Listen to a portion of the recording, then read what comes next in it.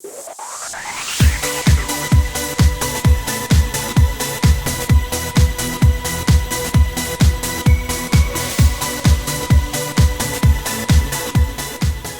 folks, hope you guys are doing well as usual, and thanks for tuning in and checking out another one of my travel videos. This time we're in beautiful Malta. Now, I like to start my videos at the airport because majority of holidays I do are package deals, and that usually involves a flight. Now, there are a few reasons why I do this, but two of the main ones is how close to the airport is my hotel. And because I like to use local transport as much as possible, is it convenient to get to my hotel using local transport, or would I be better off taking transfers? Now, I would describe Malta Airport as being a small to medium-sized airport. Some of you may think differently, but it's certainly nowhere near as big as Malaga Airport on the Costa del Sol. And being a small airport is a big advantage because usually you are able to get out of the airport quite quickly. I was able to get out of Malta Airport in about 20 or 30 minutes, and from the airport to St. Paul's Bay it took me roughly about 20 minutes. But bear in mind I did arrive at 10:30 at night. So by the time I got out of the airport, it was about 11 o'clock. So I was traveling very late and there wasn't very much traffic on the road. Now, the footage that you're looking at was taken from the rooftop of the Santana Hotel in St. Paul's Bay. And the reason why I stayed in St. Paul's is when I was looking for package deals, I found St. Paul's was a bit cheaper than most of the other places in Malta. And while I don't like to go into too much details about the hotels I stay in, this channel is not really about reviews of hotels, but I will say that the Santana Hotel was adequate for 4 or 5 days that I stayed there. As you can see, it's got a lovely rooftop pool and the views were quite spectacular of the bay. I found the food to be okay.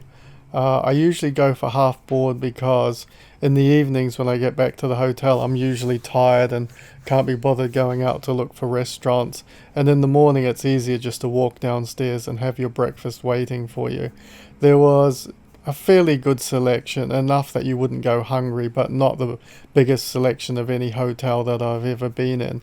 The main reason why I booked this hotel was its location to St. Paul's bus stop. It's about 3 or 4 minutes walk from the actual main bus stop, so it's very convenient if you want to go to different parts of the island. I found St. Paul's quite a good area to stay in. It's a bit more modern than some of the other parts of Malta, but I found it to be very, very busy. I was there in April and there was still a lot of people around. There's plenty of restaurants there, cafes, bars where you can go out in the evening, and lots of shops if you like shopping as well. You can see from this bit of footage just how many hotels and apartments have been built along the waterfront, and you can see the cranes building more apartment blocks and hotels. In the evening you'll see bars like this. This one wasn't that busy, but bear in mind, like I said, I was there in April and there wasn't as many tourists. I found St. Paul's to be quite windy in the evening. When I went out for walks, there was quite a good breeze, I think possibly blowing in from Africa. And another thing I found good about St. Paul's is there's plenty of tourist agencies around the bay. So if you want to book a trip to Gozo or the Blue Lagoon, it's fairly easy to arrange that. Although I actually got a better deal booking in my hotel and saved about €5. My trip to Malta was only 5 days on this visit, and I would have liked to have stayed longer, and there were a few places I would have liked to have visited if I had had more time, but I'll speak about that later.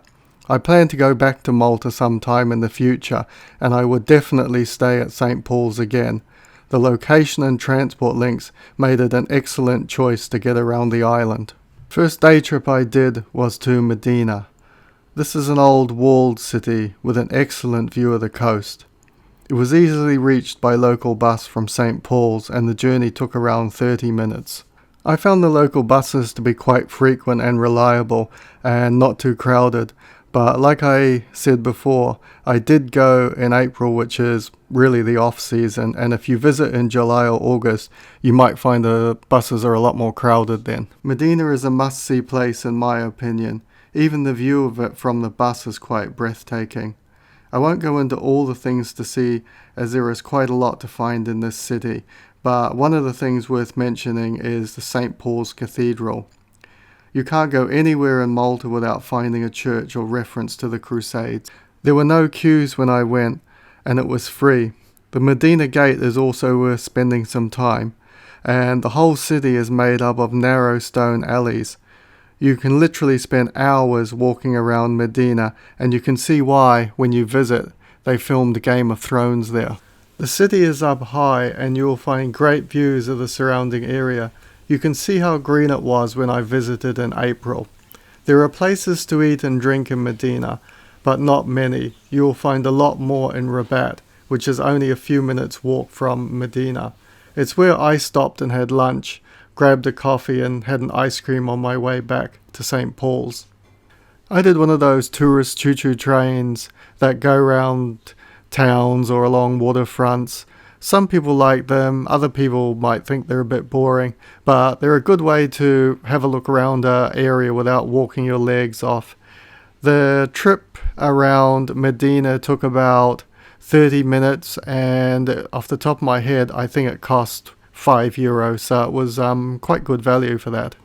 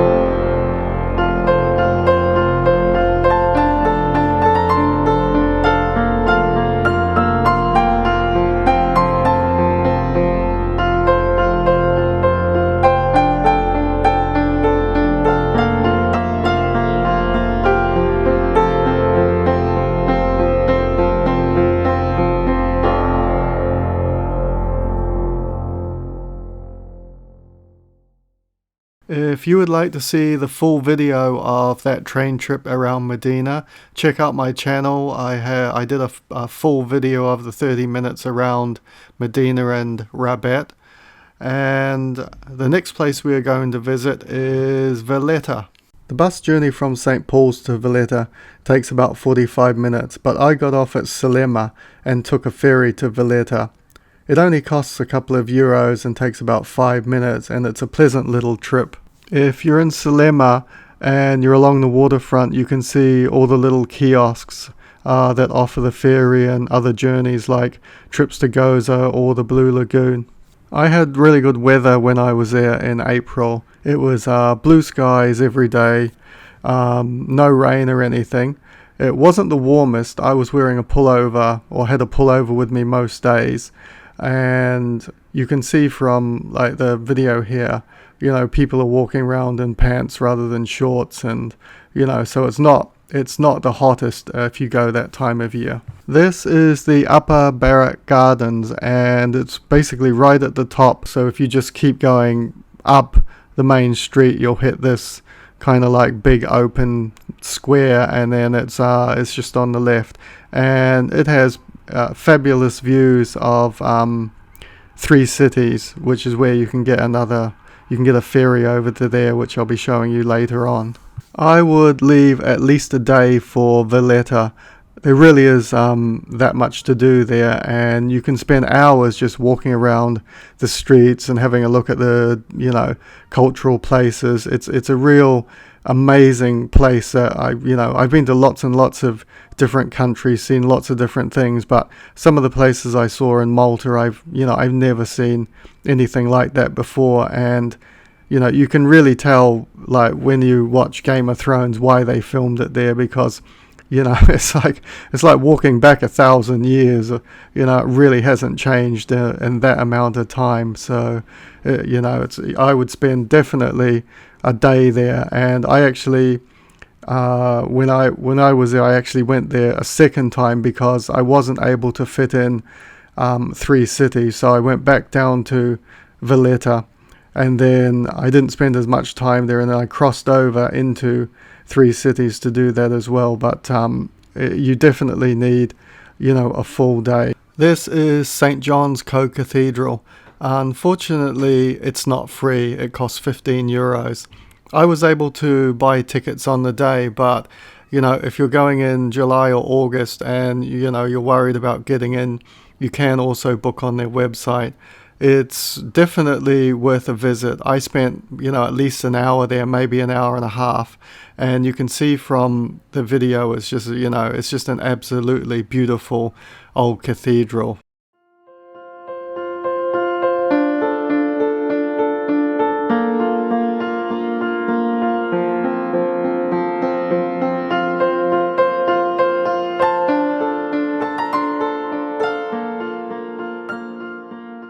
This is a tourist train that I took around Valletta. Off the top of my head, I think it costs about 5 or 6 euros. Took about half an hour, and you can see the whole video of this trip on my channel as well. So look that up if you're interested.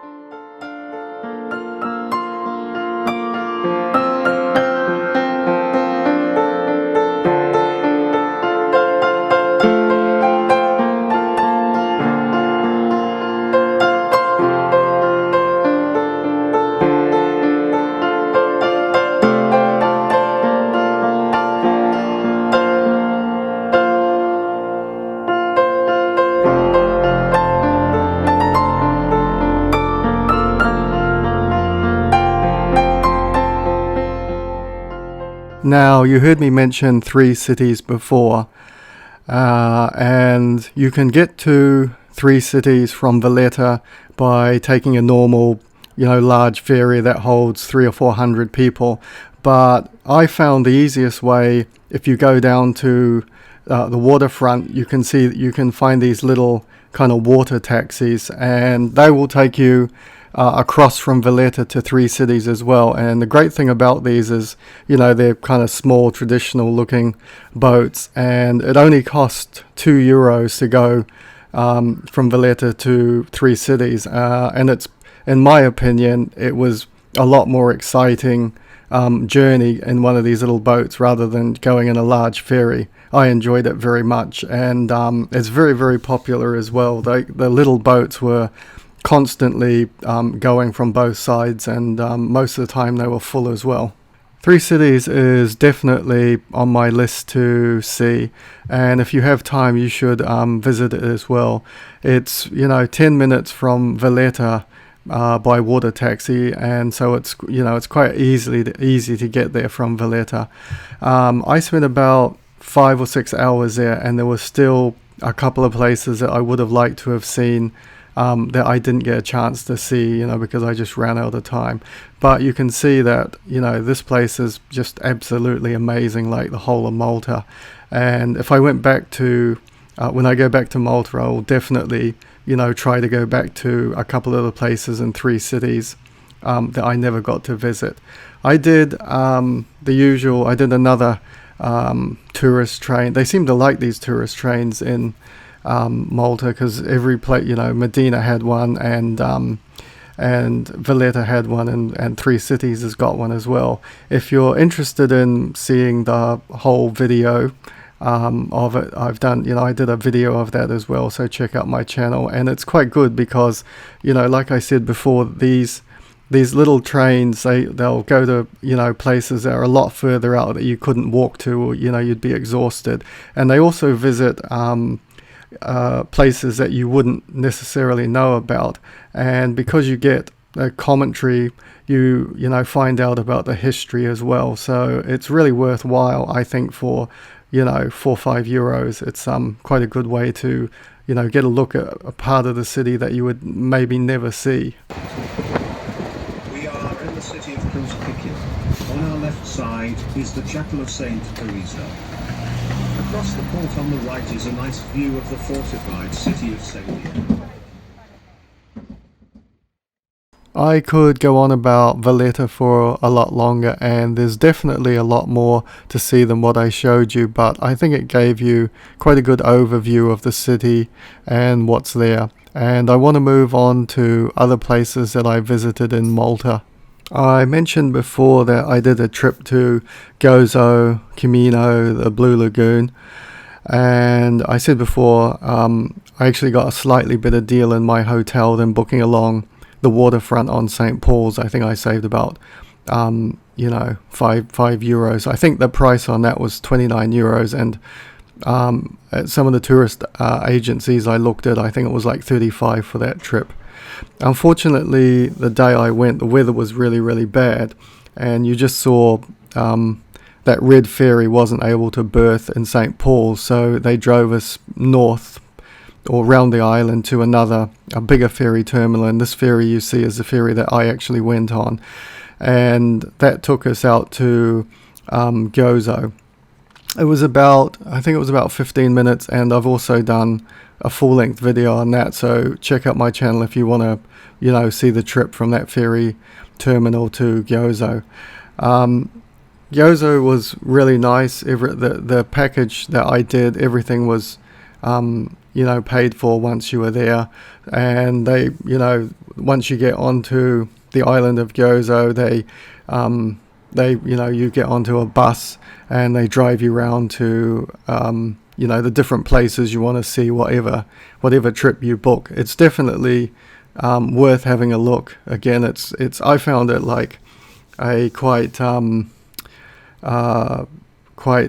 you know, exciting place to visit. It's not as built up, I would say, as, you know, the rest of Malta. You can see it's kind of like, you know, smaller buildings and things like that, but it's definitely, you know, worth spending. You know, it was worth spending your money to do this type of trip, and there's lots of things to see depending on which package you do. As usual, there's plenty of like tourist shops to, you know, buy some gifts or something.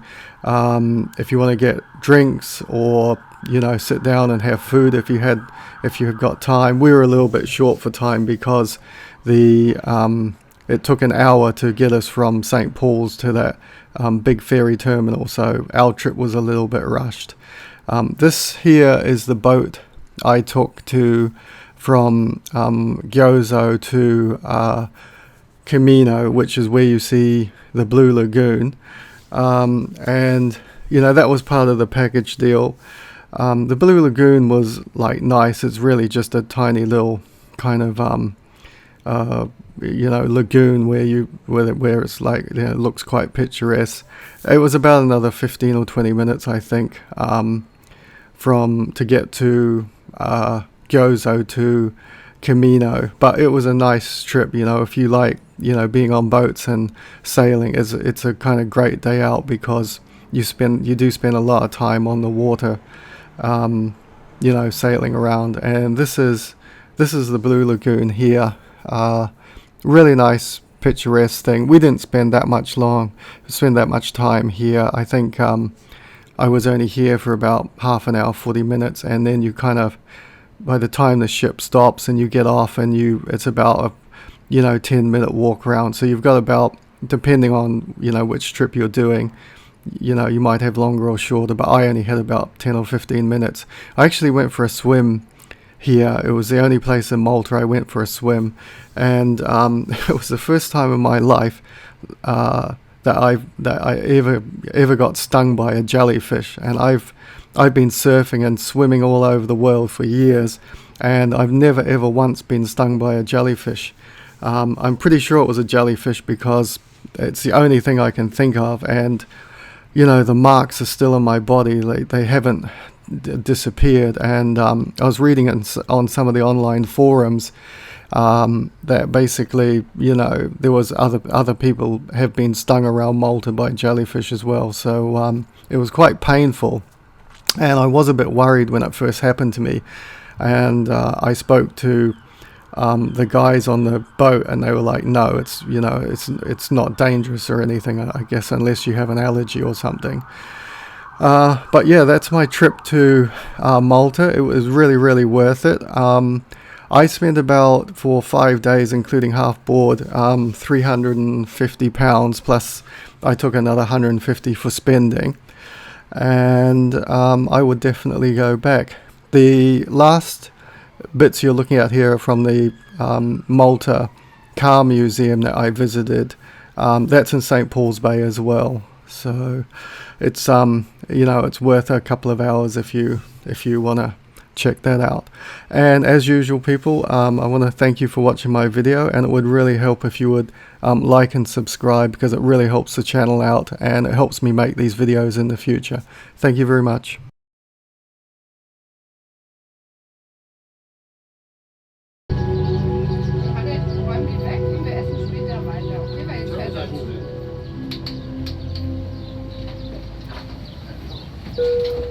Welcome aboard Malta Fun Trains.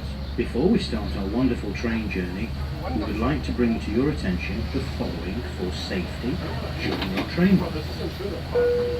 For the comfort and safety of all passengers, it is strongly advised that you remain seated at all times during the tour and avoid protruding your arms and head out of the carriages. Infants and children accompanied by adults should be seated in the inner places of the carriages. It is forbidden to eat and drink on board this train. The estimated time of the tour is approximately 25 to 30 minutes. Have a pleasant trip. Melita Trains Terminus is situated in the square in front of the Domus Romana, a museum that covers the site of a rich and sumptuously decorated townhouse belonging to a wealthy person in Roman Malta. The site, discovered in 1881 and further excavated in 1920, contains a number of remarkably fine mosaic pavements and some original architectural elements.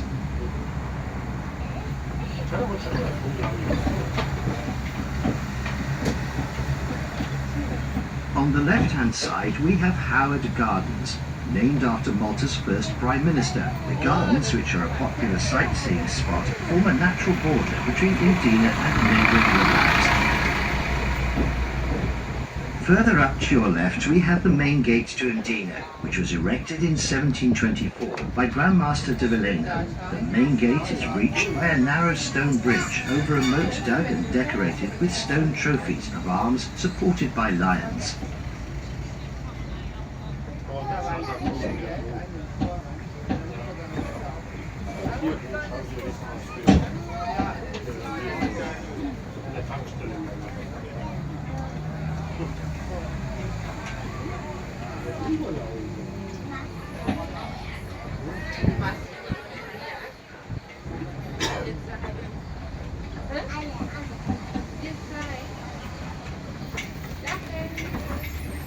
On the left-hand side we have a very prominent site called Casino Notabile.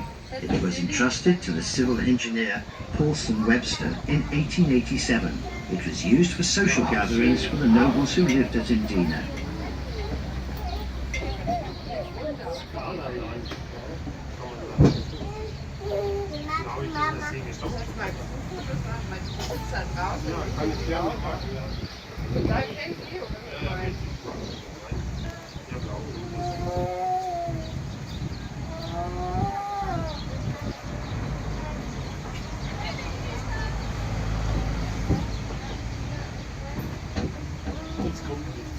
On your left you are regaled with one of many spectacular views of the area of Malta experienced on this tour.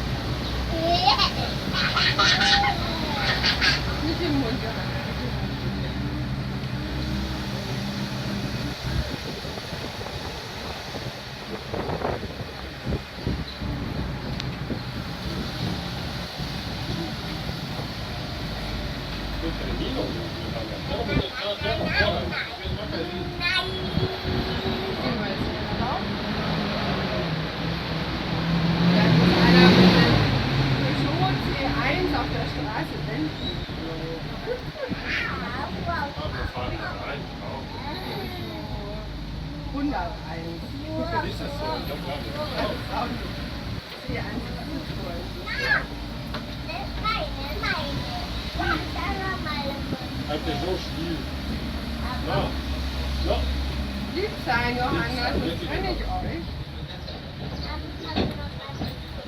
Ja, das ist ja wahr.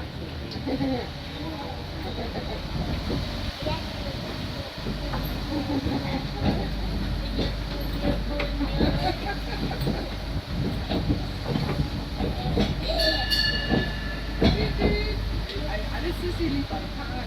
Das ist aber die Schlange so lang. Scheiße, das ist voll scheiße, weil ich sehe hier nicht. Ich bin so geschlossen.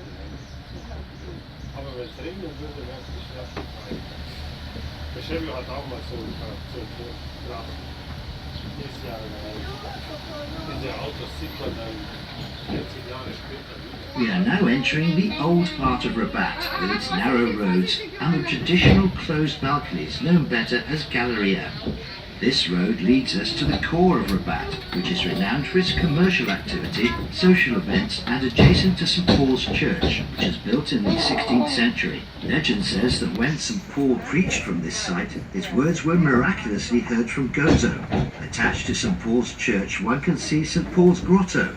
According to a strong tradition, the Apostle Paul found shelter in this grotto after he was shipwrecked. The grotto contains pieces of sacred art and frescoes of considerable value.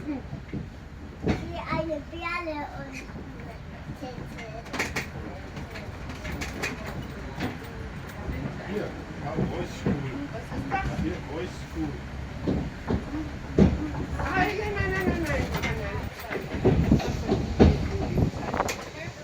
Good girl. Ja, hier ist so direkt. Das darfst du nicht machen. Das Was ist das? Separat eingehen.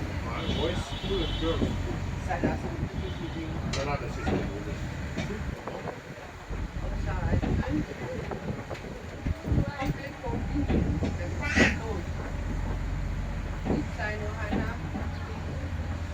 On the left-hand side is St Paul's Church and Grotto.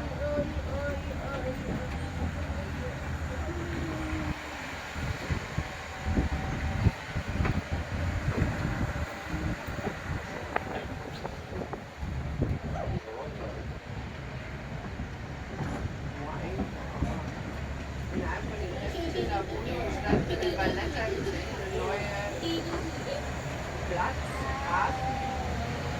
Hafenplatz von der Hochzeit.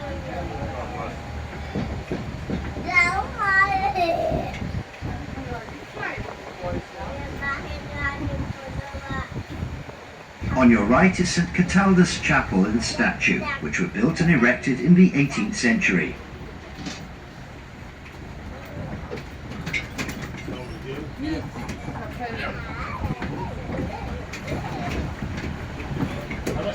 On the left we have St Paul's Catacomb.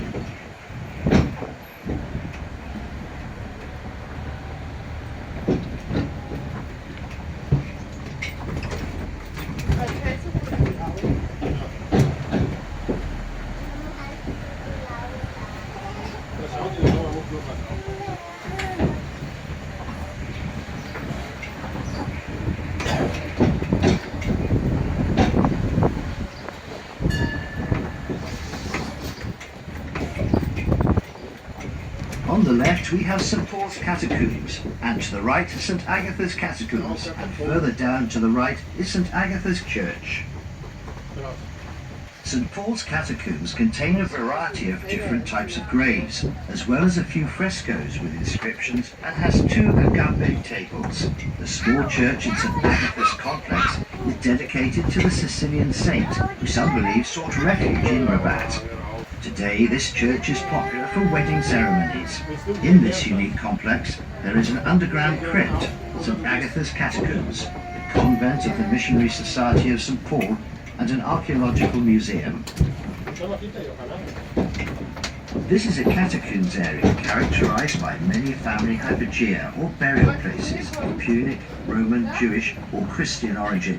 This could be explained by the fact that burial was probably prohibited inside the city. All these places of interest in this area are within walking distance from our train terminus. Kindly ask the train attendant for further assistance.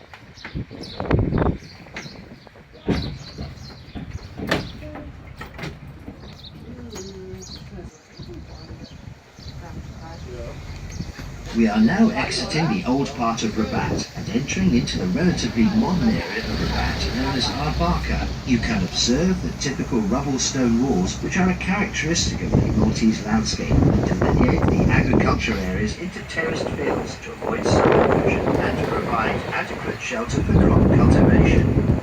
Another characteristic of the Maltese landscape are the Aleppo pine and carob trees, the caper shrubs, and the commonly found prickly pear trees prevalent in the Mediterranean area that are renowned for its tasty fruit, its use in ice creams and liquor derived from it.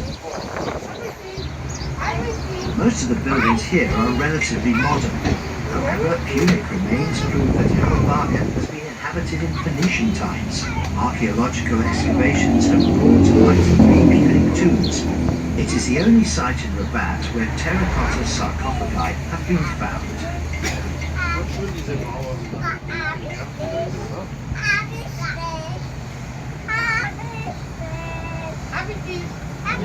We are now exiting Rabat through another suburb known as Negret, renowned for the archaeological remains that were unearthed in this area.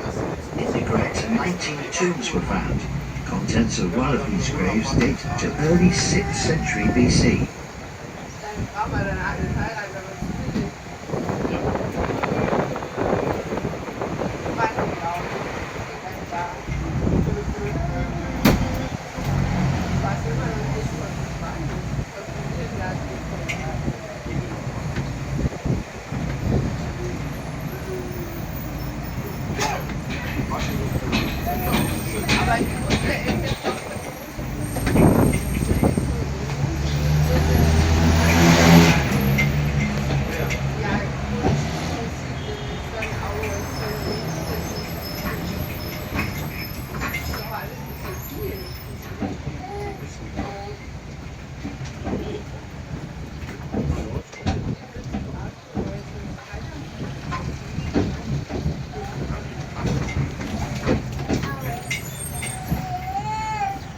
Hallo. Hallo.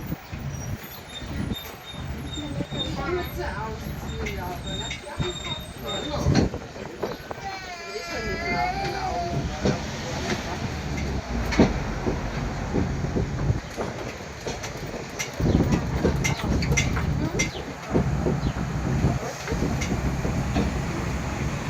Kannst du selber hinsetzen? So, jetzt verstehe ich, warum das hier jetzt nicht so blockiert haben.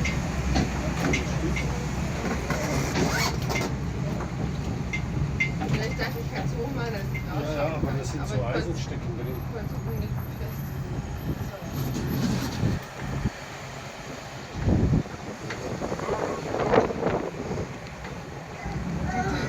Fast ein Neubau. Das ist nochmal sowas, ja. On the right-hand side, we have a panoramic view of St Paul's Cathedral and the Carmelite Church in Mdina. On your left, we can observe typical views of the Maltese countryside, with terraced fields and rugged terrain.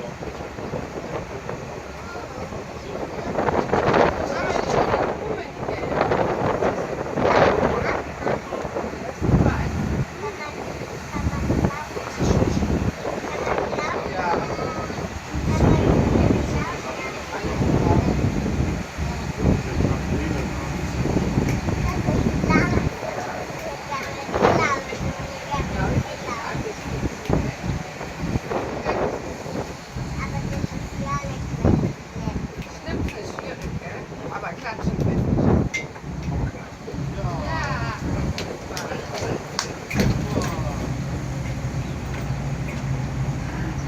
Diese Mauern sind natürlich oder? Nur Steine, oder? Oh, wahrscheinlich. Kommt gut, alle aufzeigen. Eine Stunde. Geld zurück.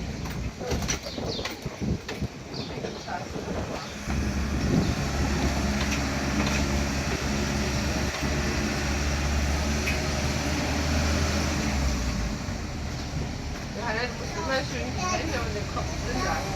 Gell? Das kann man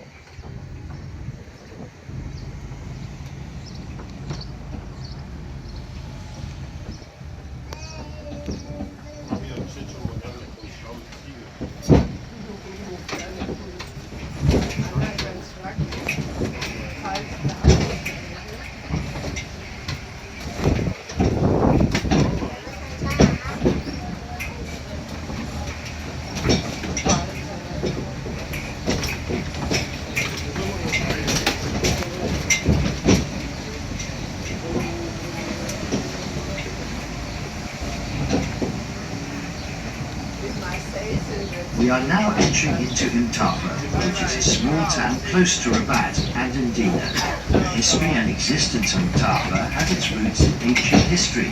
Prehistoric remains are still evident. Silas rock-hewn tombs and cart ruts are found scattered over a wide range of non-urban Mtapa. During the British rule in Malta, Mtapa had a significant facelift, where military barracks were built in 1890.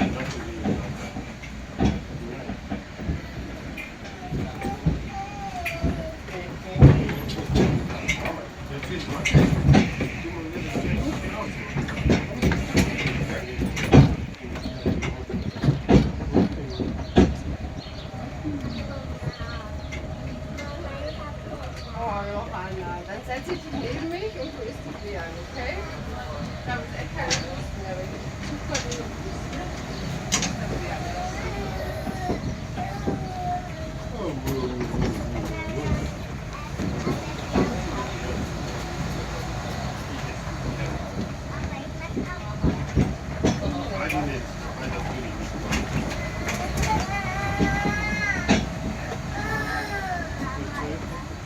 Sitzen bleiben, Johanna.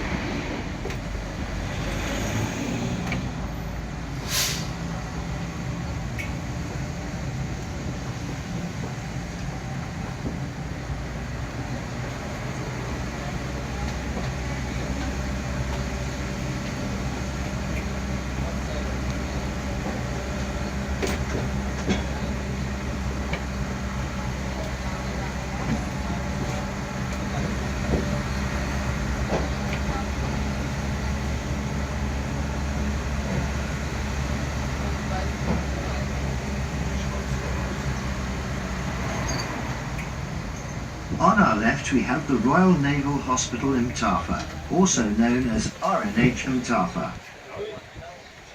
The Royal Naval Hospital was the main hospital for the British forces in the Eastern Mediterranean until they left Malta in 1979. Thereafter it was converted into a state secondary school named after Maltese historian Sir Temi Zamit. As Mtafa became a hive of activity, several locally engaged workmen had to make way to the village by the very limited means of transport available at the time. In fact, in 1883, the Malta Railway was extended to the limits of Mtafa. In the 80s, several modern apartments were built. Ex-military establishments were converted to civilian use, including centres for the care of persons with disability, a pastoral centre, and an elderly home.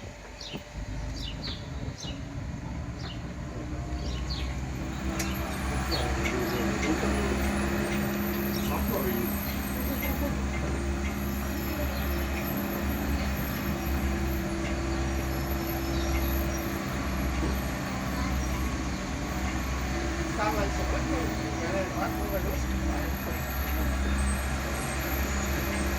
War unterschiedlich zu sagen. Und zum Beispiel.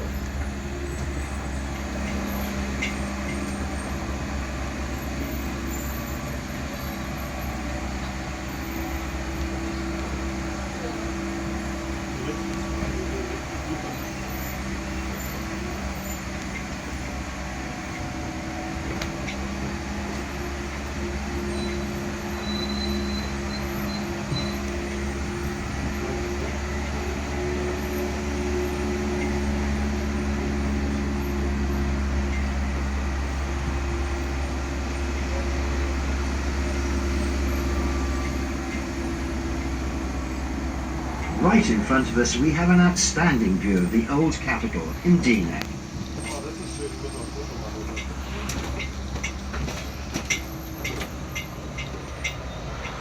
Warte mal ganz kurz, Johanna.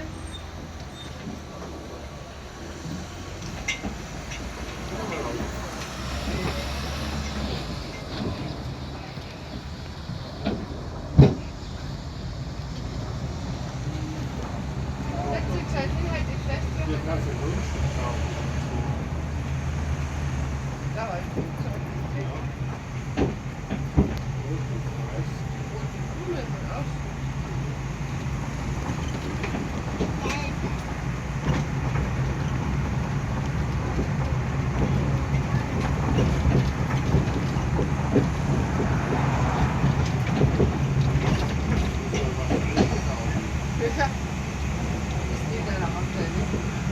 Keine Hoffnung.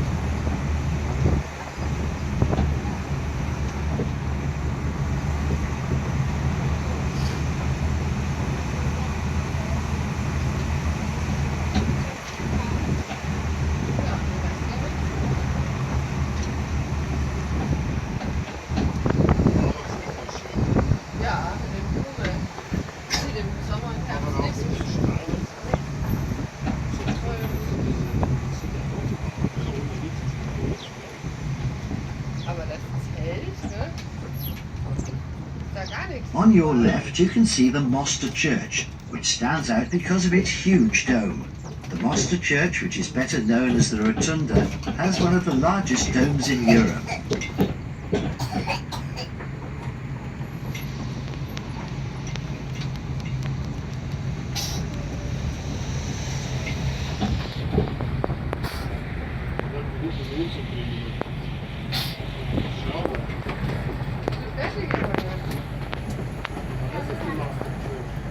Ja, jetzt alle aufstellen.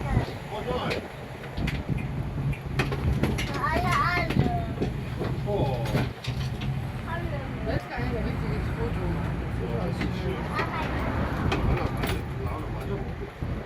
Mdina, with its medieval and Renaissance palaces, churches and fortifications, and its narrow streets, has a character of its own. It was the island's capital city until 1568, when the Knights of St. John, after winning the Great Siege of 1565, built the new city of Valletta. Its present area covers only a third of Malta's older Roman city called Melita. They also changed the name, calling the town simply Mdina, the city, and the newly formed suburb Rabat. Both names are still in use. Mdina, today known as the Silent City, is one of Europe's finest examples of an ancient walled city, and unusual in its mix of medieval and Baroque architecture. The city had a building renewal after the devastating earthquake of 1693, when most of the buildings were razed to the ground. Today, however, there is no sign of destruction. By simply walking through the narrow streets of Mdina, one can easily admire the numerous palaces, museums and beautiful churches. As we leave the outstanding view of Mdina, further up to your left is the bridge that crosses the valley, over which the trains from the Malta Railway commuted to and from Tafa.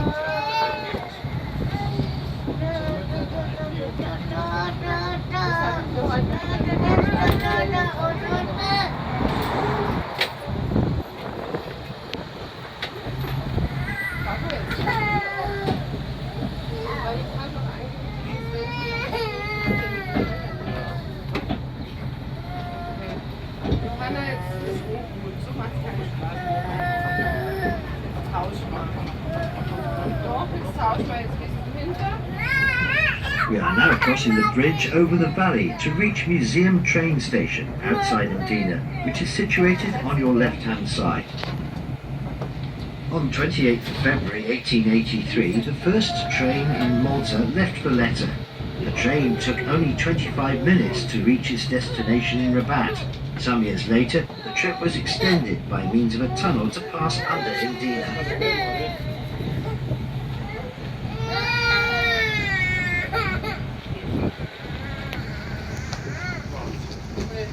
mal.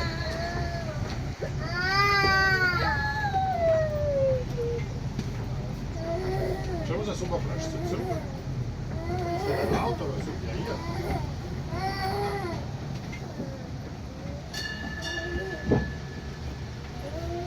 Hanna, du zappelst so lange, bis du aus dem Zug rausfährst. Ich sag's dir. Das ist teurer, das heißt.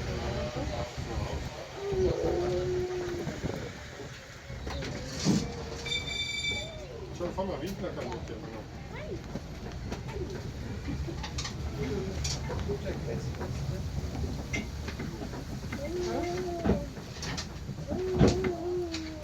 Also fährt sie mit Fahrrad. Und dafür, da darf man nicht. Aber mit unserem großen Auto hat man das nicht geschafft. Da mal stecken geblieben. Mit unserer Bus.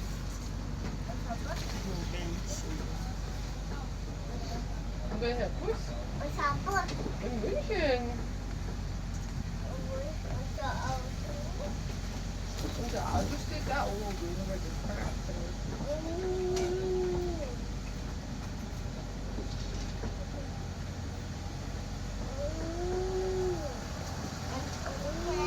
On your right, as we go up the hill, we have Ain Hammam, Turkish baths, an ancient fountain of the Roman period fed from a spring below Mdina.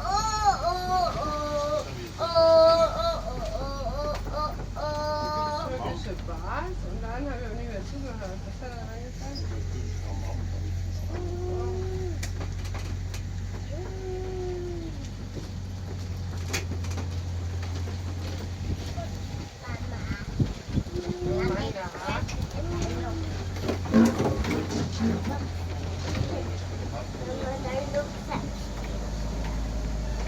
Hanna, bleib bitte sitzen. Du fällst Johanna, nicht stell raus. uns da, bitte. Wir sind immer damit, wenn man gleich aussteigen. Okay?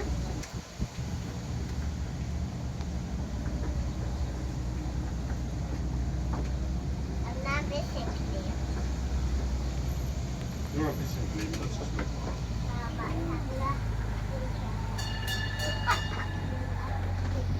Ja, die stehen in der Mund. Du musst ja die waschen, Johanna. Du stinkst. Nee, nur ein bisschen.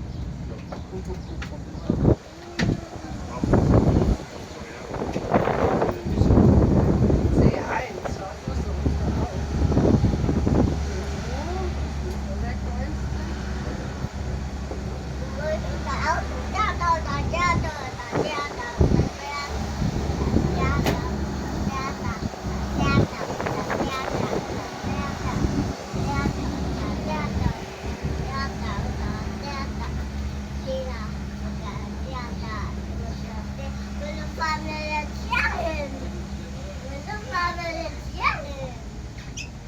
On your left, we can observe the imposing and magnificent bastions of Mdina in the vicinity of Greek Gate, which is Mdina's secondary main gate, which is said to have been inhabited by a Greek colony in the Byzantine period.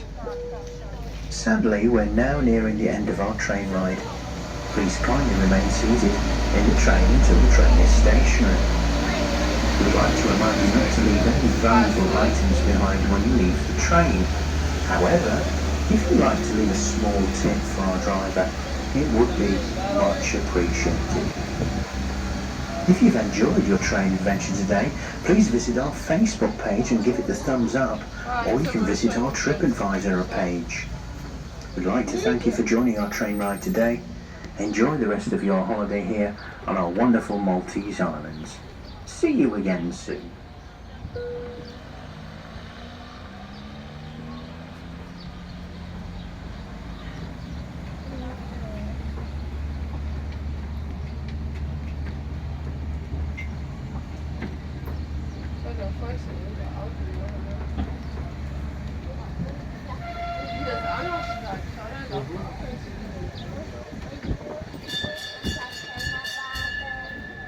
Erstmal Papa, genau.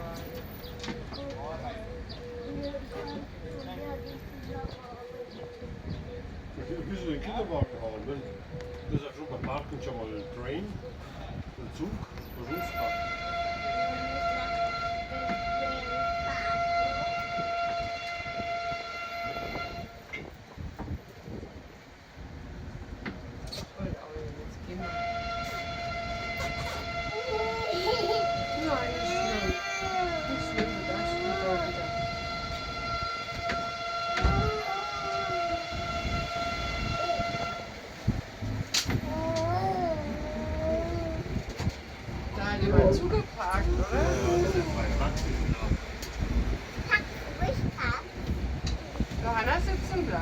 Ist bleiben, wir sind doch nicht angekommen.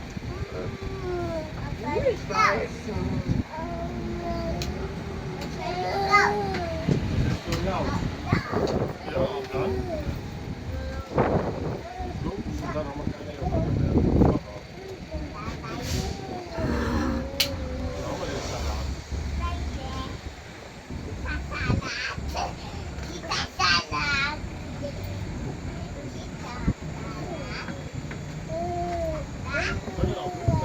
Jetzt kommen wir wieder.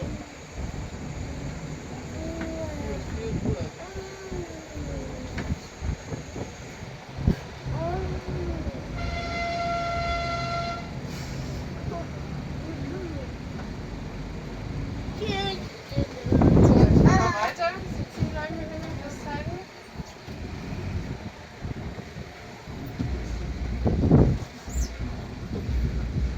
So, da warten doch wieder viele. Jetzt bei dem Wetter. Jetzt ist wieder schöner, gell? Wollen wir Sehr schnell.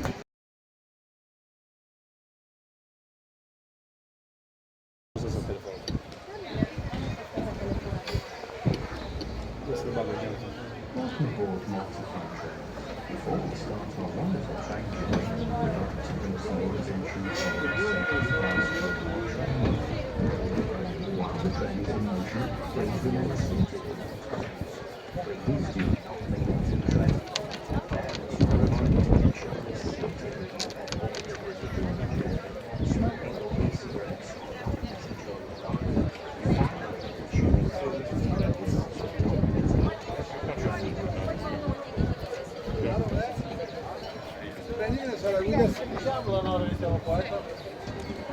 Shortly after the Great Siege of 1565, Valletta, construction was a new walled fortified city known today as Valletta.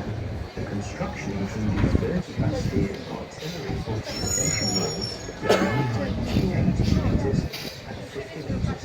Several deep ditches were also dug around the fortifications, and 2 gates were built, which are known as City Gate and Barsheswood.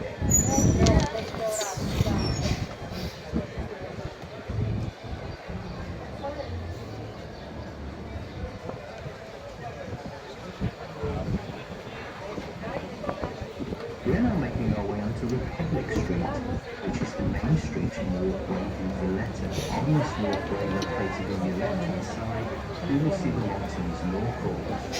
Sper că v-ați luat toate lucrurile de pe mască, dacă nu o să fac un cin, să fiți toate ochiul ăsta.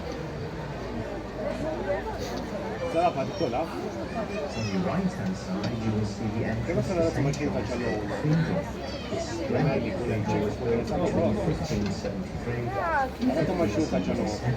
during the reign of Grandmaster In this cathedral, one can view Caravaggio's masterpiece, The Beheading of St. John. One can also visit the Cathedral Museum, which is ancient blocks,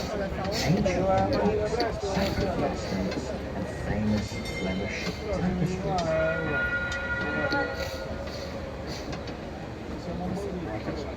Să dai bani să-și uite locul nou. The city of Valletta was almost complete by the early 1570s, and it became the capital in 1571, when the Grand Master moved from his seat at Fort St. Angelo in Victorioso to the Grand Master's Palace in Valletta. Eventually, building projects in Valletta resumed under British rule. These projects included widening gates, demolishing and rebuilding structures, widening roads, and building newer houses. The Malta Railway linked Valletta from the city of Mdina from 1883 to 1931.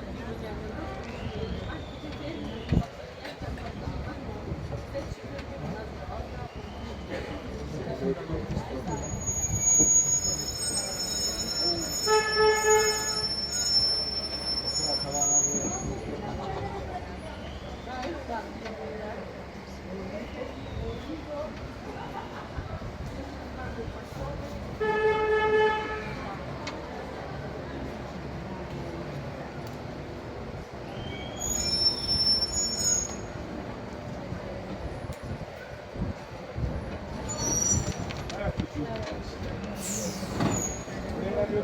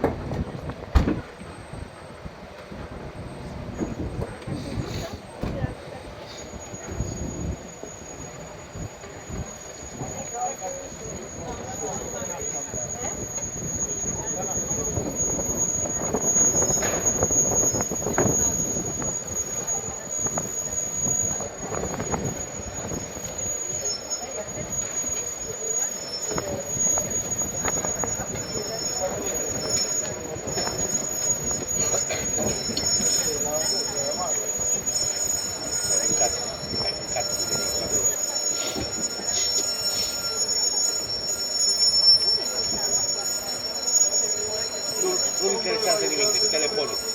Deci dacă te mai prind că îi dai telefonul ăla.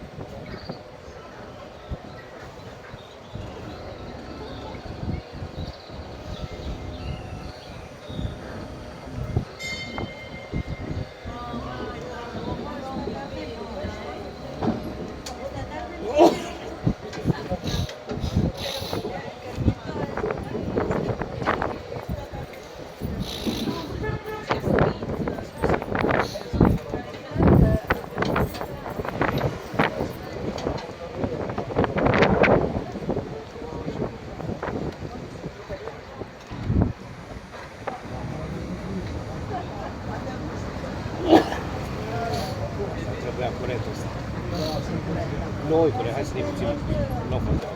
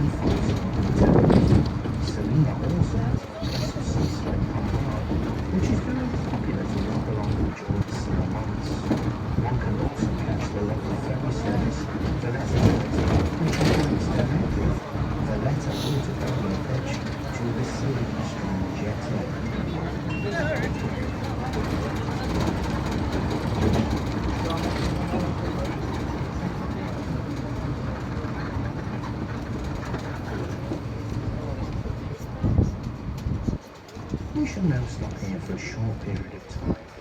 You may wish to take some photographs of the view. Please kindly remain in the train.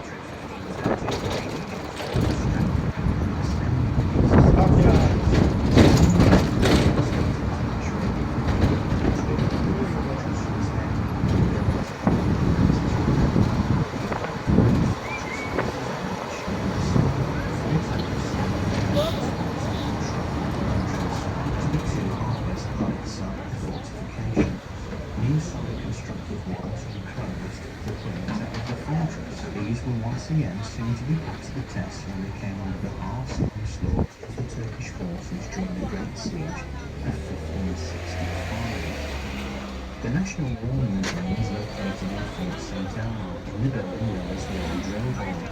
The museum's collection on display focuses on the two world wars, 1914 to 1918 and 1939 to 1945. Shortly on your left-hand side, you will see the large granite stones resting on the paving stones in the front of the entrance to Fort St. Elmo. The granary stones underneath contained large pits dug out in the ground, which provided storage underground within the fortification in case of a siege.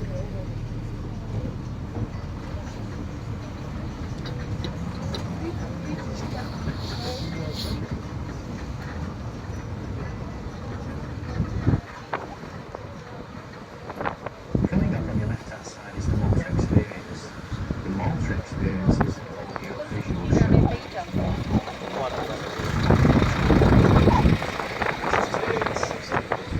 Yes, the show tells the dramatic story of the period of 7,000 years. Educational, informative and entertaining, the show runs through the turning of history of a small nation. Opposite to the right this hospital was one of the first buildings to be built in Valletta. It started to function in the year 1574, originally consisted of a large ward. The ferry provided about 900 beds for male patients, who included knights, soldiers, sailors and farmers. While these patients and slaves were also accommodated in facilities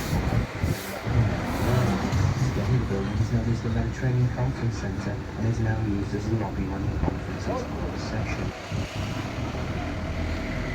On the left-hand side you can now see the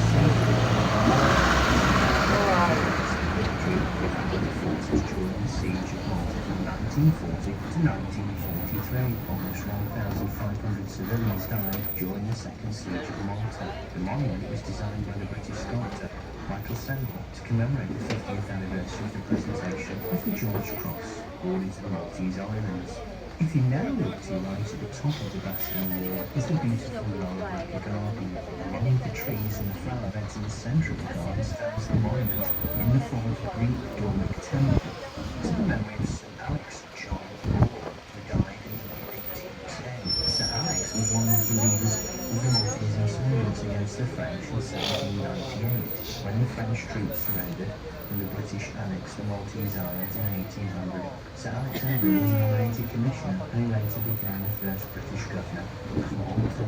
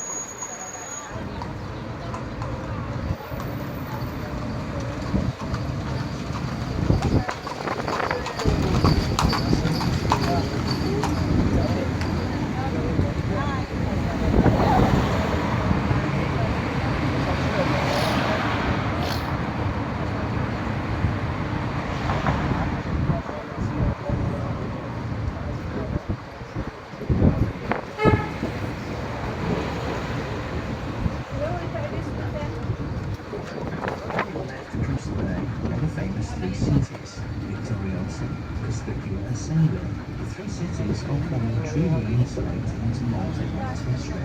Left boundary visited these cities are sites for photographic as well as goods into Malta's maritime fortunes. Dominating the tip of Victoria, Fort St. Andrews has been operated for its strategic position because of the role it has played throughout Malta's history, particularly during the Great Siege of 1565. The fort has great emotional significance for the Maltese people. This is also one of the various changes throughout its history. Victoria was a waterfront, and also 5 hours of the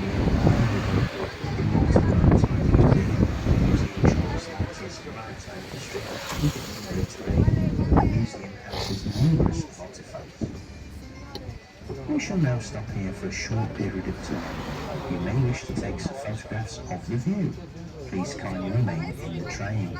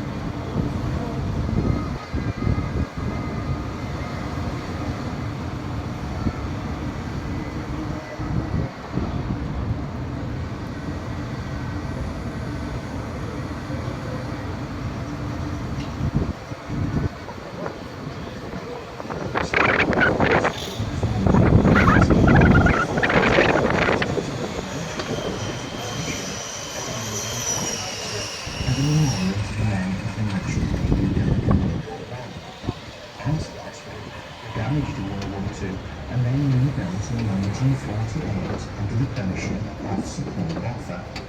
The hospital was renamed Support Offer in 1976. The hospital has a beautiful stained glass window and also a decorative stone located above the main door entrance, which was originally from the Houses of Parliament in London, Great Britain.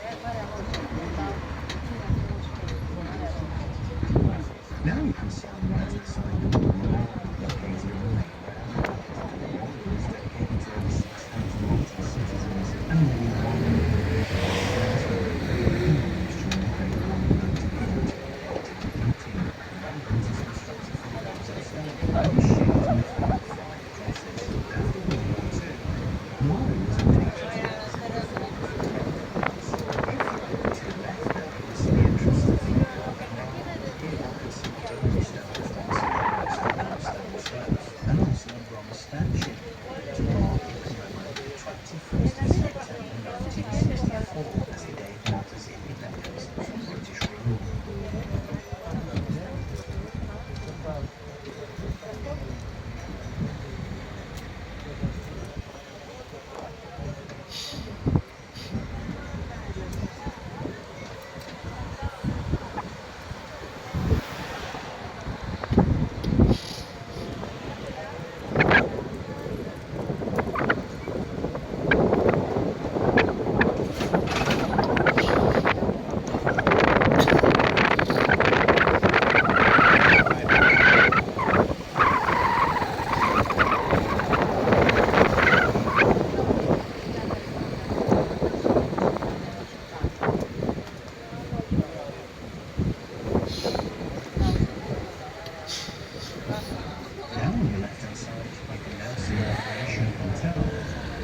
This beautiful hotel was constructed in the 1930s. It was designed in the style of Art Deco and is still regarded today as one of the top 5 hotels in Malta.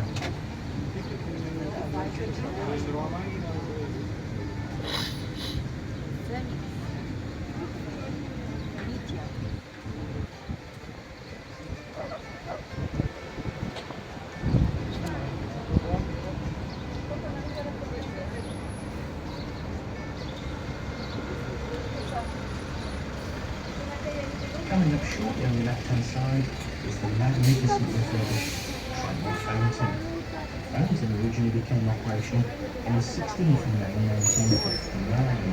However, the fountain deteriorated in subsequent decades, and then in early 2017, the fountain was dismantled and carefully restored to its original condition in time for Malta to celebrate Valletta 2018 European Capital of Culture.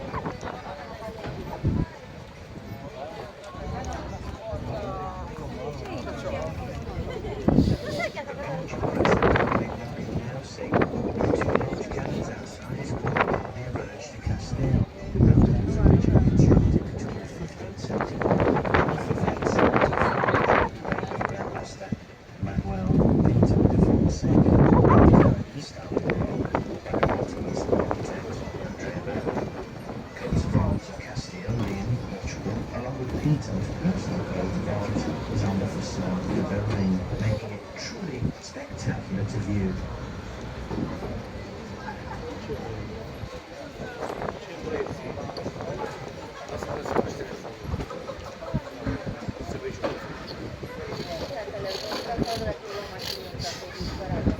O să fie pentru ce am băgat o milion.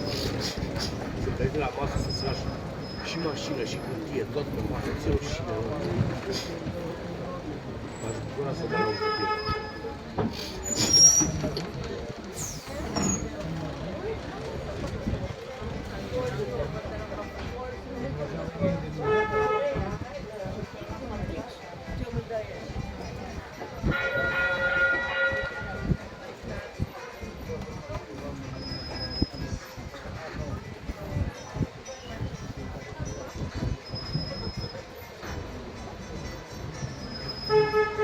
For further information about our wonderful Maltese islands, you can visit the Tourist Information Office.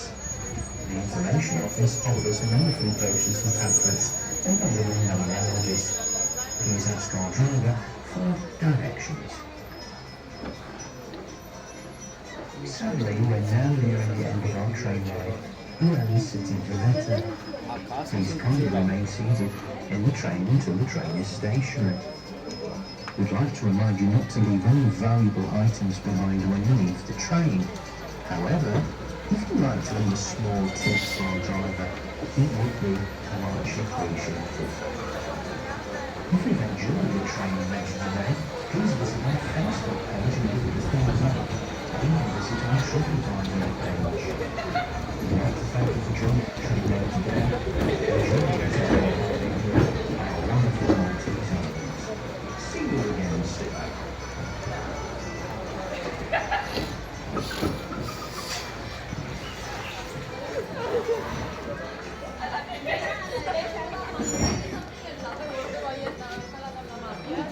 Zamknięta. I tutaj nie ma powiedzenia. Jezu, zobacz jakie ładne budy.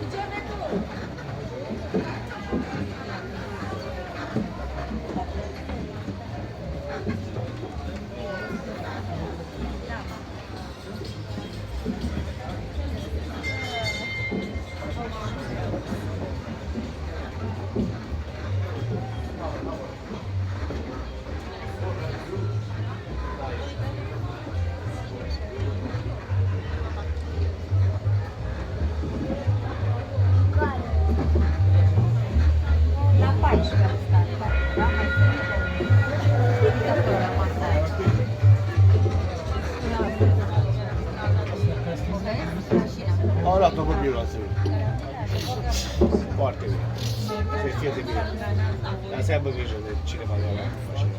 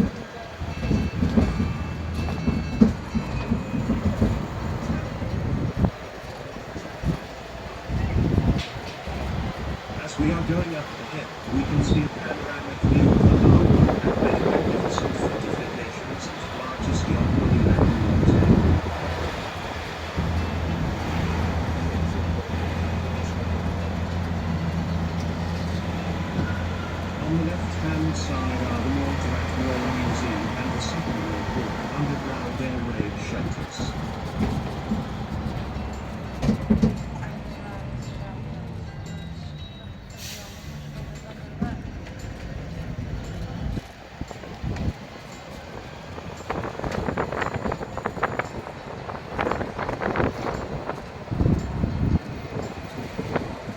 We are in the city of Gozo. On our left side is the chapel of Saint Teresa. Across the port on the right is a nice view of the fortified city of Sliema.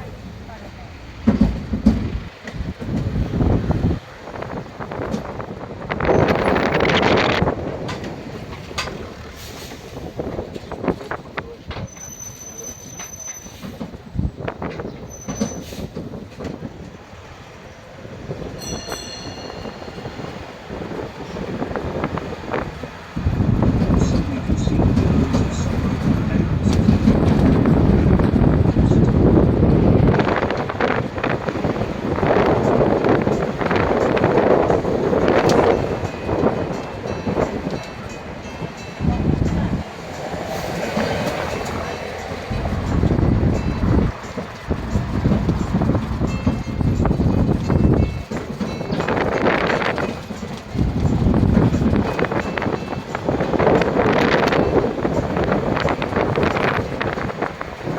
On our left-hand side is the monument of the city of Gozo and the St. Maria Parish Church.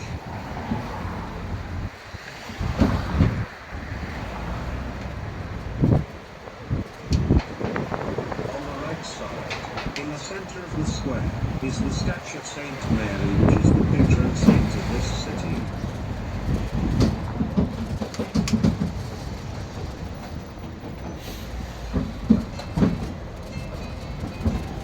Across on the right side, we can observe the strange zigzag stairs to reach the upper part of the city.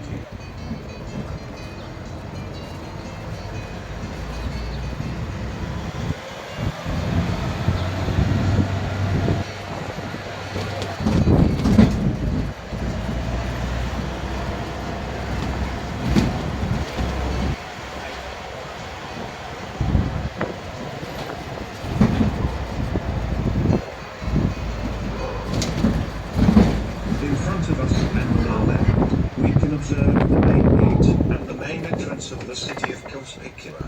This city entrance gate is called the St. Helen Gate.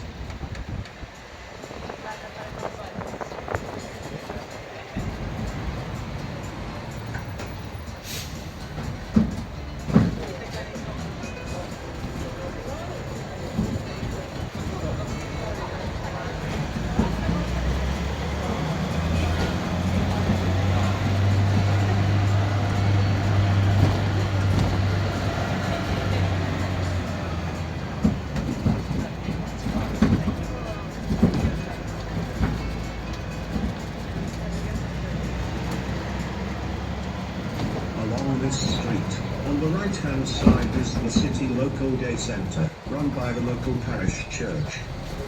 And on the right side we can see a panoramic view of the Church of Saint Mary.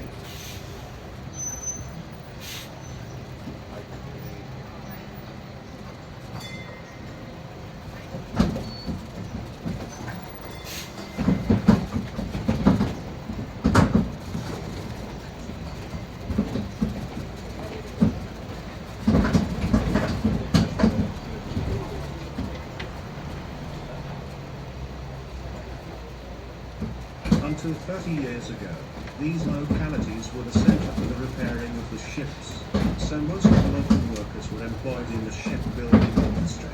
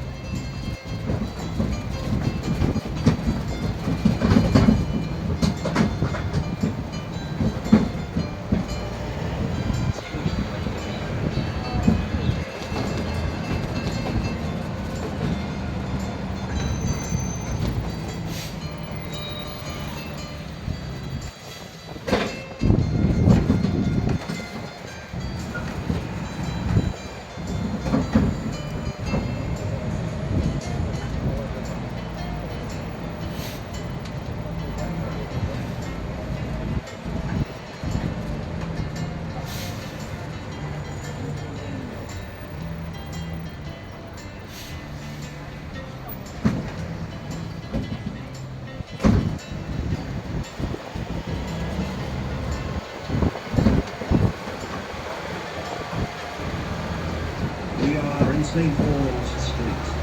Now we are on the way to the city of Sliema. This city and its magnificent fortifications were built during the time of the Knights of St. John.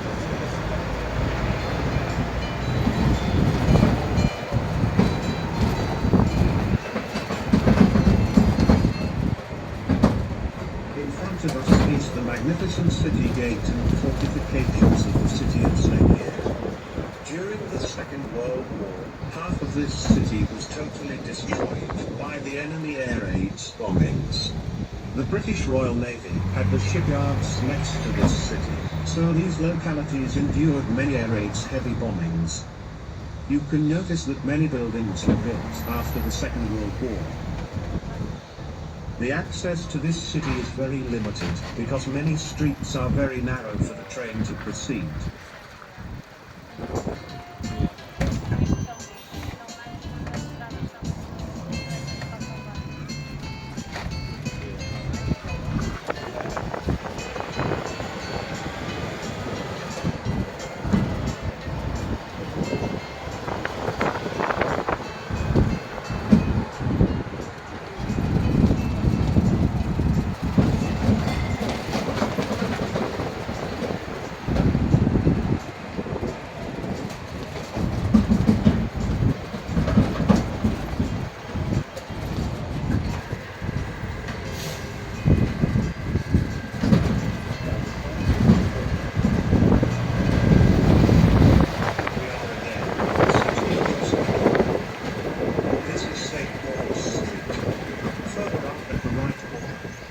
Church of St. Paul's. We can observe that many old houses in this street are being restored to their original appearances.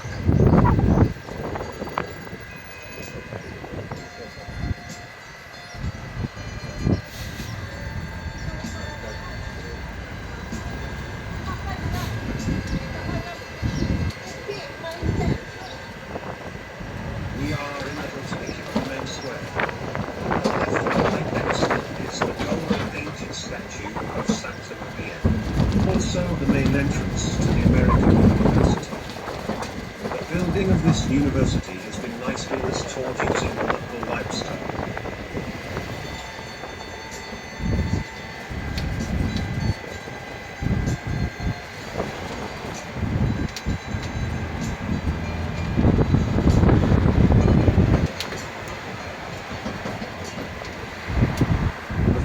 Boat monument.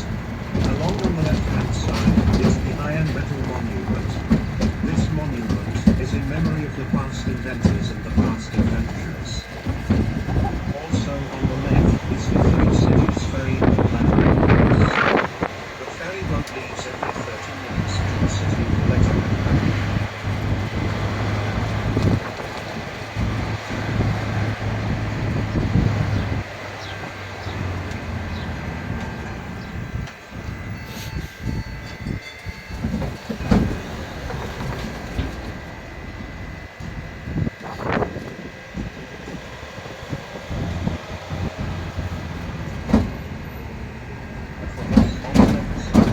A very nice view of the yacht marines, also the beautiful city of Sliema, and part of the capital city of Valletta.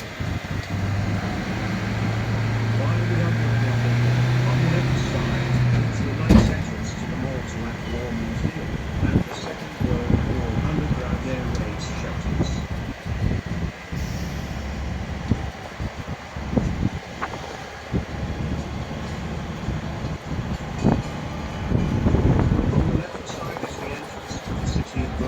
Also known as Victorioso. We will be visiting this city later as part of our tour.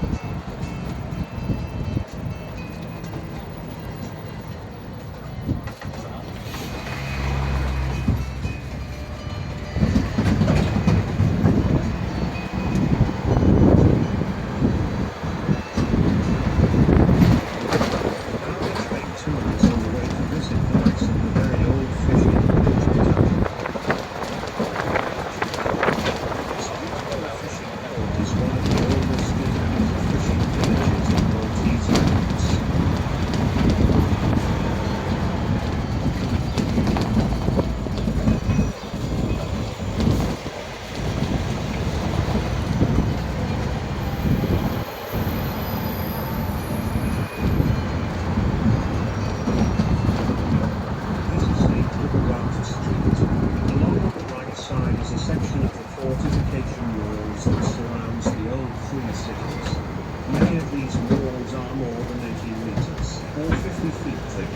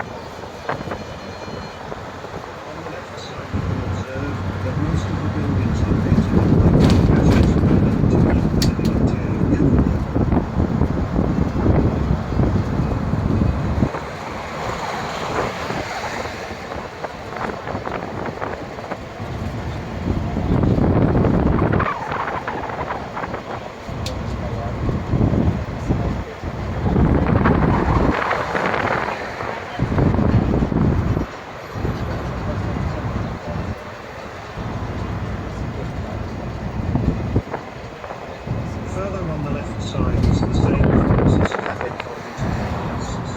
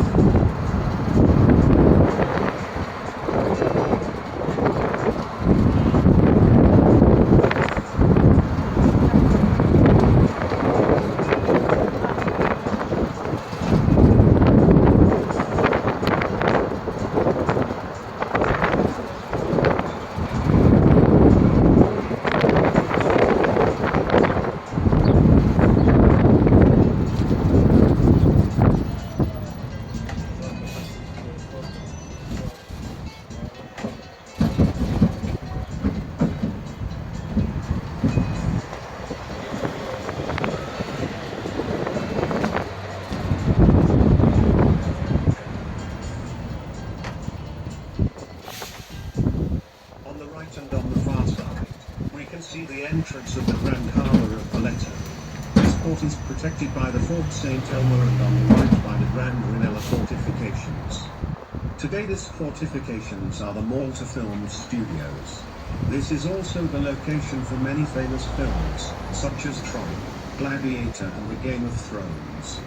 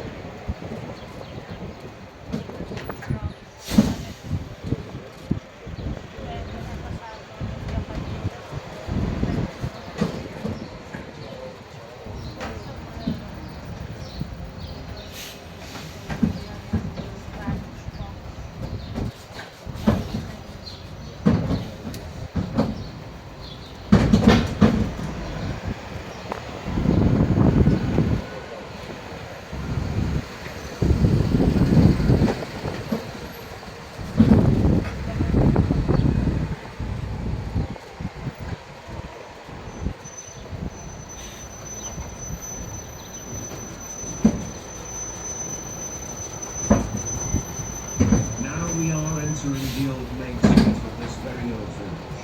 This is very narrow and steep, as it is in the oldest part of the village of Capel. Here we can observe various typical Maltese houses with traditional Maltese facades and balconies.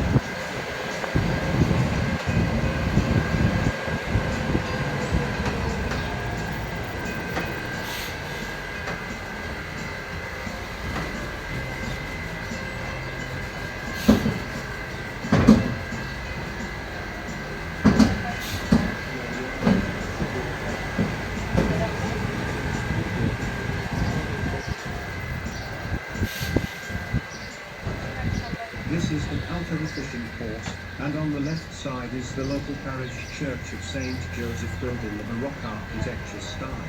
Across on the left-hand side are the grand fortifications that surround the city of Victoriosa. During the Second World War, this area was heavily bombarded by the enemy bombers, because this port was used as a base for the British Naval submarine section. We will be visiting the city of Victoriosa later.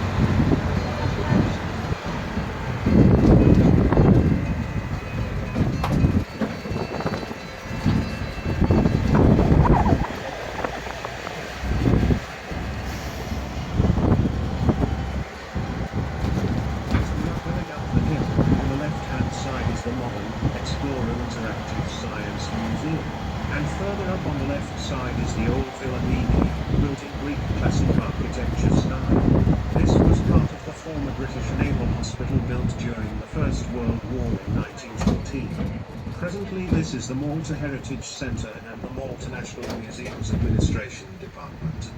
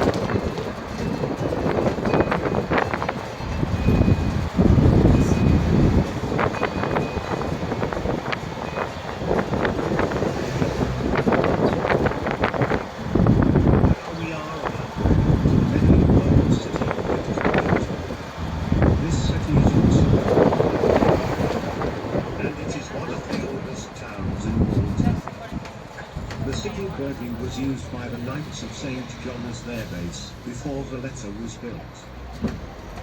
For more than 1,600 years, this locality was the main natural shipping port of the Maltese Islands, because it was defended by the strong fortifications of the St. Angelo Fort and the Fort of St. Michael.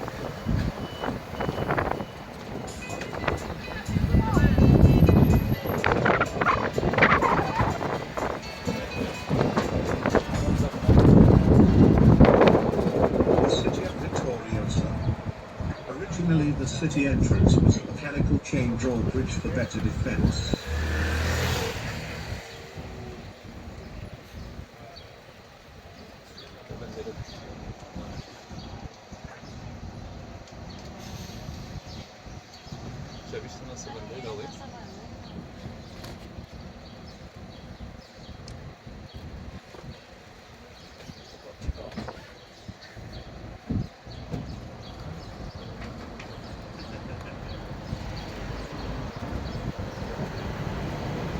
On the right side is the statue of Saint Dominic.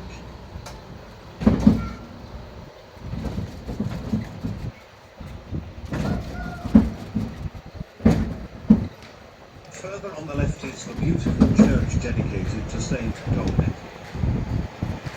On both sides we can observe various narrow streets in medieval style.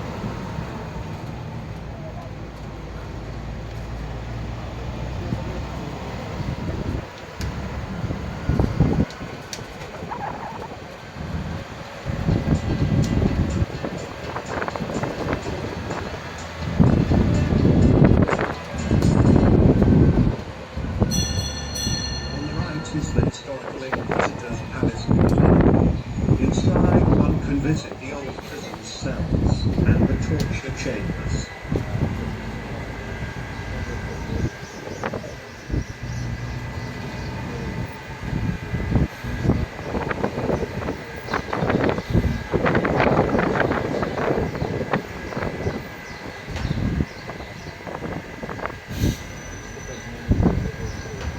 New main square with the city monument.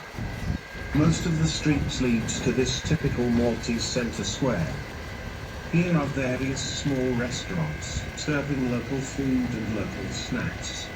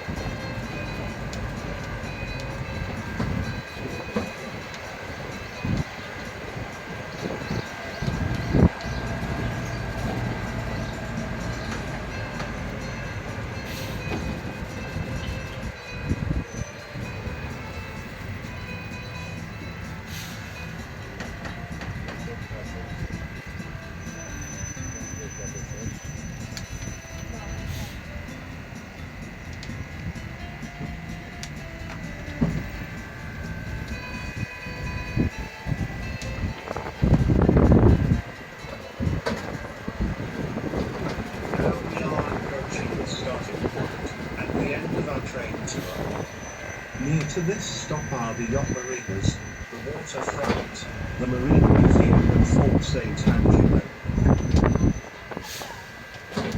Please do stay seated until the train has completely stopped. Please do check your belongings before leaving the train.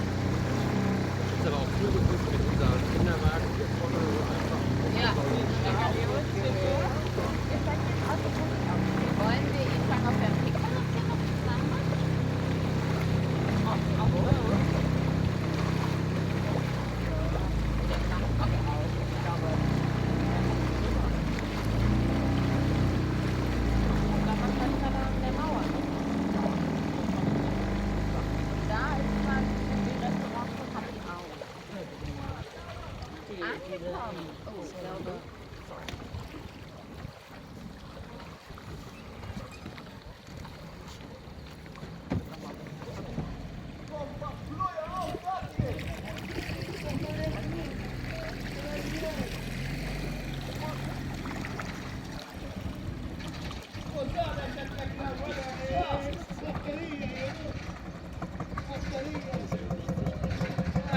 saber quem بدك يعمل هفرة هفرة يا عمل كيف كنت ننام نتمشى كونتين لسه اللي تحت ايدك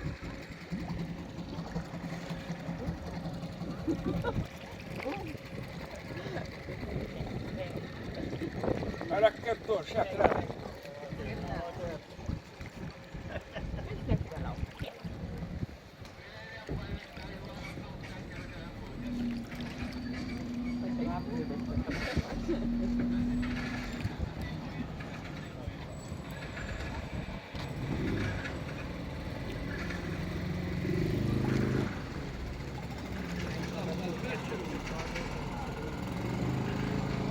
Oh!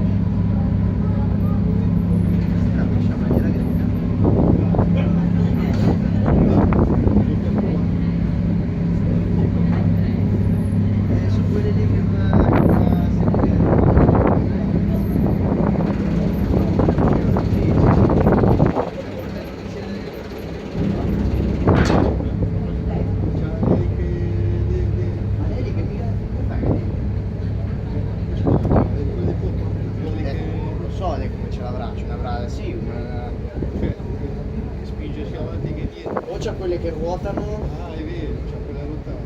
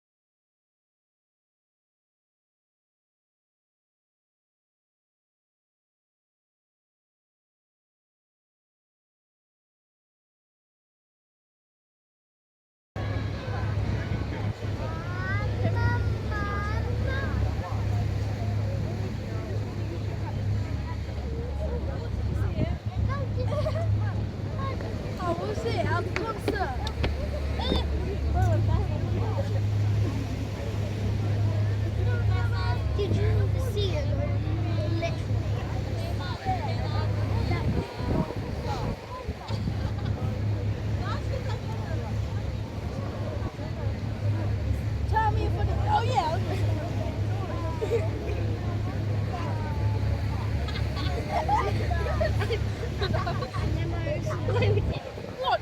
I thought.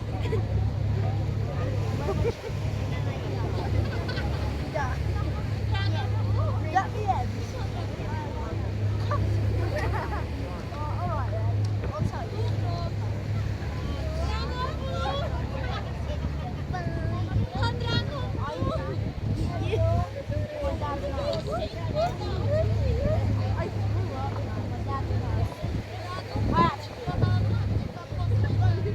I like it. Jumped in the toilet. I did a trick shot and I was like, Mario.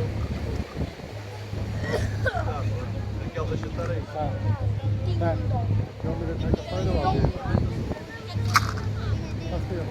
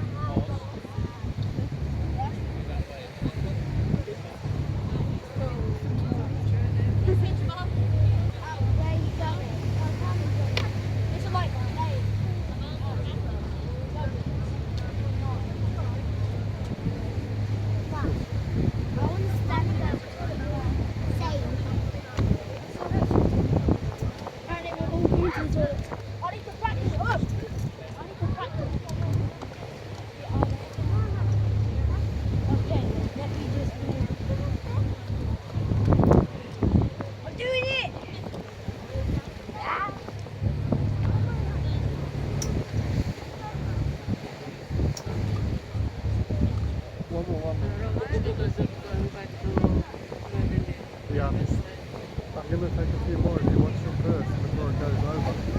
Okay, stand by the thing.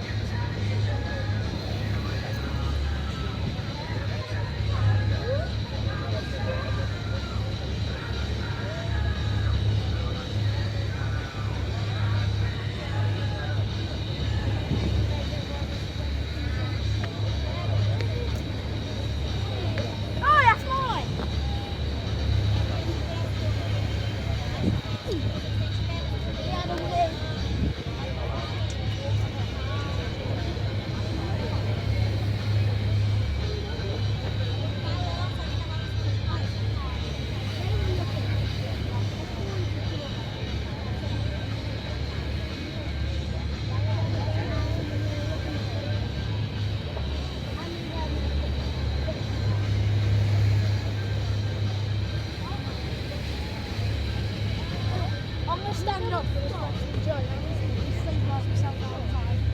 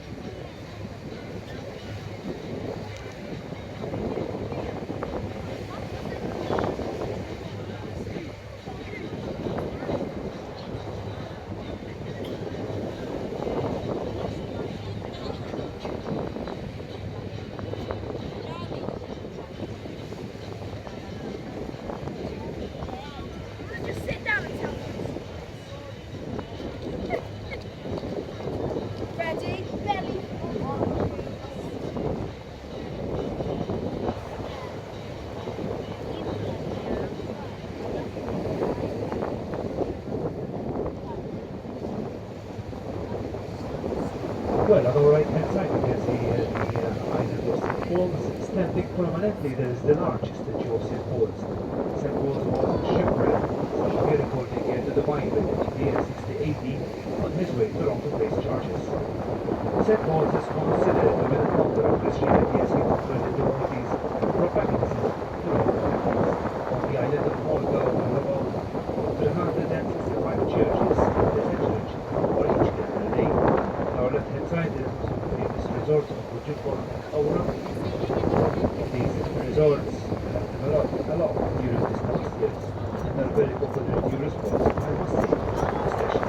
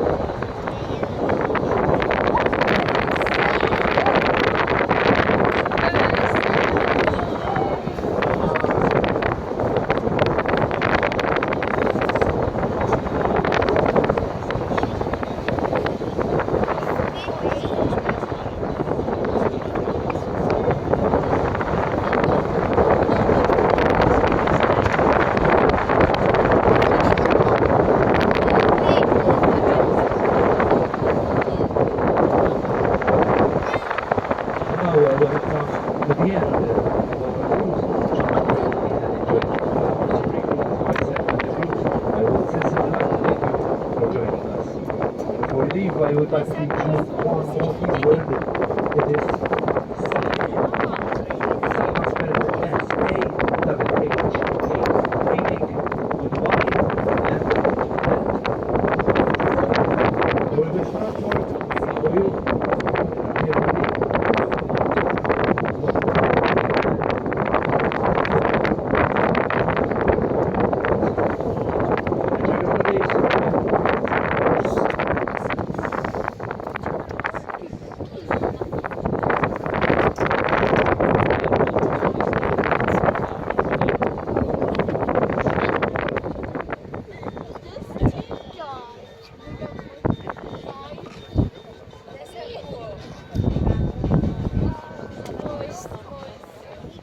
I'm gonna stop the music. I like doing the whole thing. The music's been quite cool.